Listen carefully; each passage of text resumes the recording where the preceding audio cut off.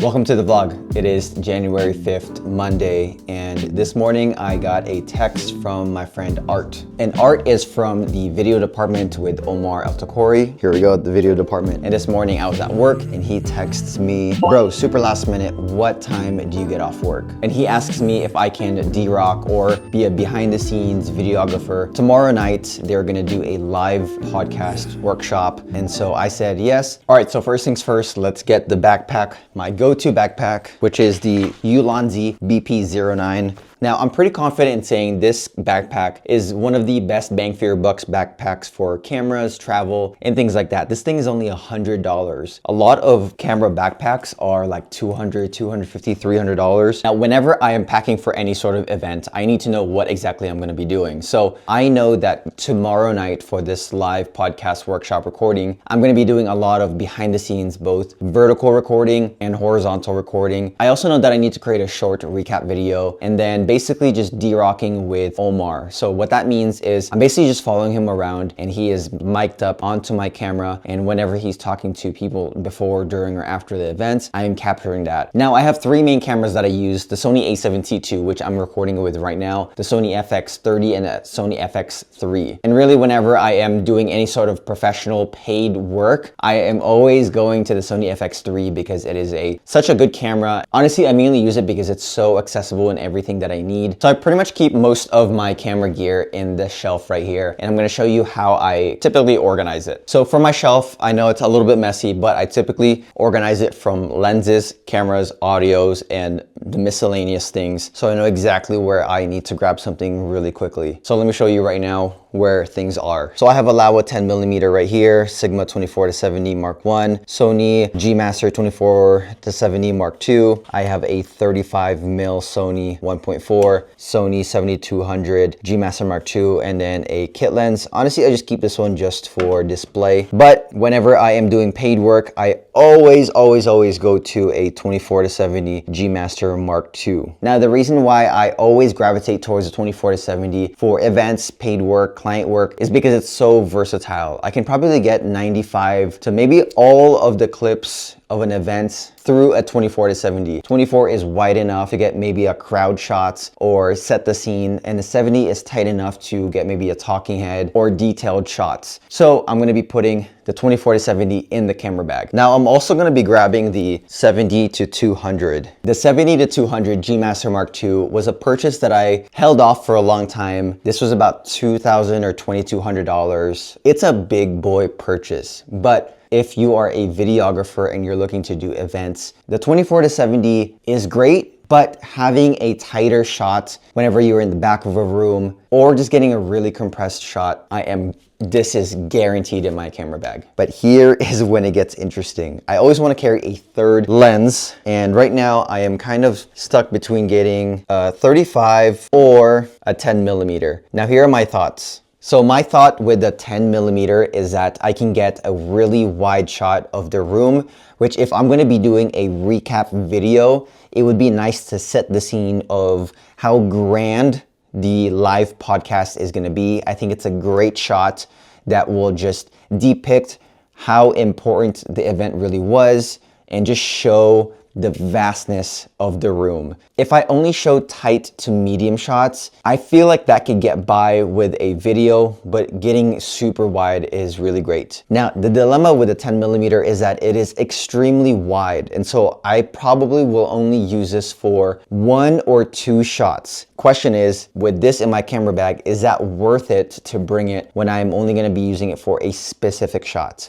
So if I don't bring the 10mm, the question is, why the 35mm? So I love bringing the 35mm because this one goes to f1.4. So this has the ability to create more of a blurry background. 35mm is a medium shot lens, and so I can actually be a little bit more versatile with the 35mm than the 10mm, and this looks just so crispy. And even though I have a 24-70, that lens is an f2.8. And so an f1.4 of this lens is just, you can tell the difference. So with that said, I am actually gonna be bringing the 35mm with me into this camera bag. All right, so I grabbed myself my lenses. Now the cameras, I typically keep the cameras up top here and then my audio equipment here. So this is a film camera. This is my Sony FX3. So I'm gonna be putting that in the camera bag. And I'm also gonna be bringing the DJI Osmo Pocket 3. Now I don't typically use this so much, but it will be great for behind the scenes for my own content. And if you're wondering, I have a Sony FX30 as well, but I typically use this a lot for my YouTube. And so this kind of stays right here onto this mount. And if I do end up needing it, I just take that camera with me. But I am really just gonna be taking the FX3 and the DJI Osmo Pocket 3. Okay, so that's all of the cameras that I'm gonna be bringing. This area is kind of where I place all my audio equipment. So I will for sure be using the DJI mic too, and I keep my lav mics in here. I will pair this with the Sony FX3, and then I will always carry with me some in-ear monitors because I need to be monitoring audio throughout the event. Some other accessories that I need is I need an SD card adapter. I need to be bringing my extra batteries. So you can never go wrong with a bunch of batteries. So I'm gonna be bringing these 4. And I know that the event is gonna be at 5:30 p.m. So in Las Vegas, around this time, 5:30 p.m. is just completely dark. And I typically would get myself the Nisi True Color VND filter, but I really don't think I need it. So I'm gonna be leaving it in the bag.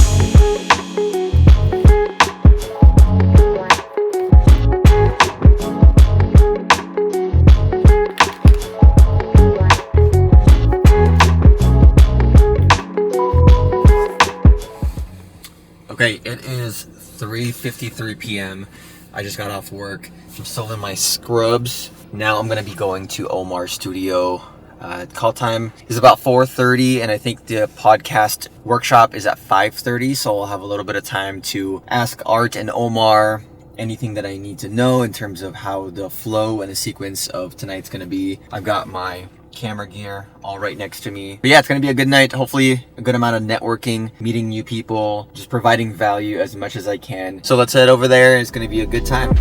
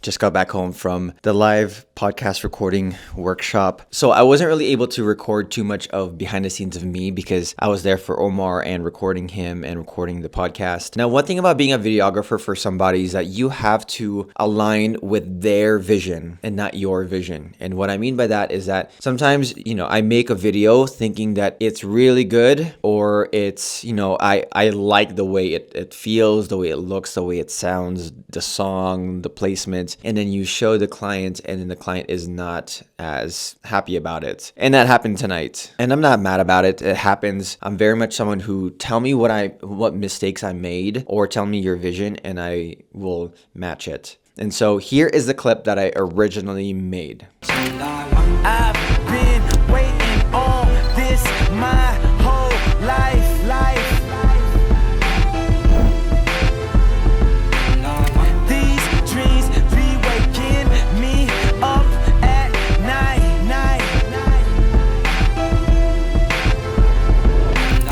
So as you saw, it was a little bit more creative. There were sound effects. You know, I tried to set the scene. And then I was talking to Omar afterwards and I showed it to him. And immediately within the first second, he already critiqued it. And the main difference, as you can see, I'm actually going to show the post clip after the revisions have been made. So I'm going to put it in right now. I've been waiting on this my whole life.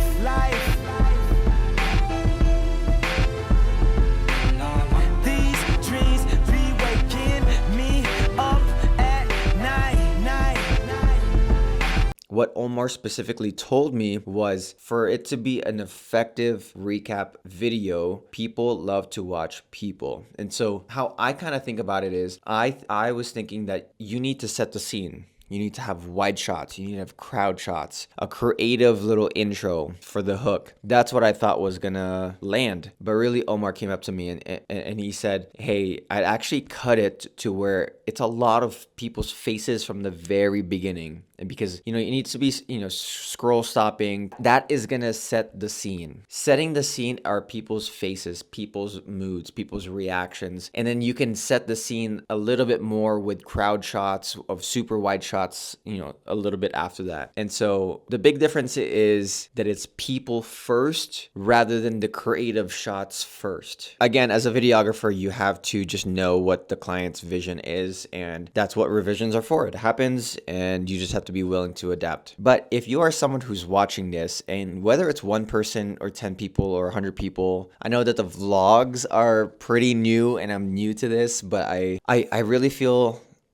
without being too cliche, I really do feel alive and I feel so much energy when I am talking to the camera. And I know I'm just talking to myself, but for some reason, I just feel like someone is behind this camera lens needing this information, whether you're a videographer, creative, content creator. And I really just kind of want a community with this whole YouTube journey. So if you stuck around to the end of this video, I appreciate you, whether I know you or not. It'd be cool if you left a comment in this video, just saying what's up, or if you learned anything. I hope to do way better at, you know, documenting behind the scenes of when I'm doing client work and paid work. But that is it for this vlog. I appreciate you. Don't forget to hit the subscribe button, and I'll see you in the next video.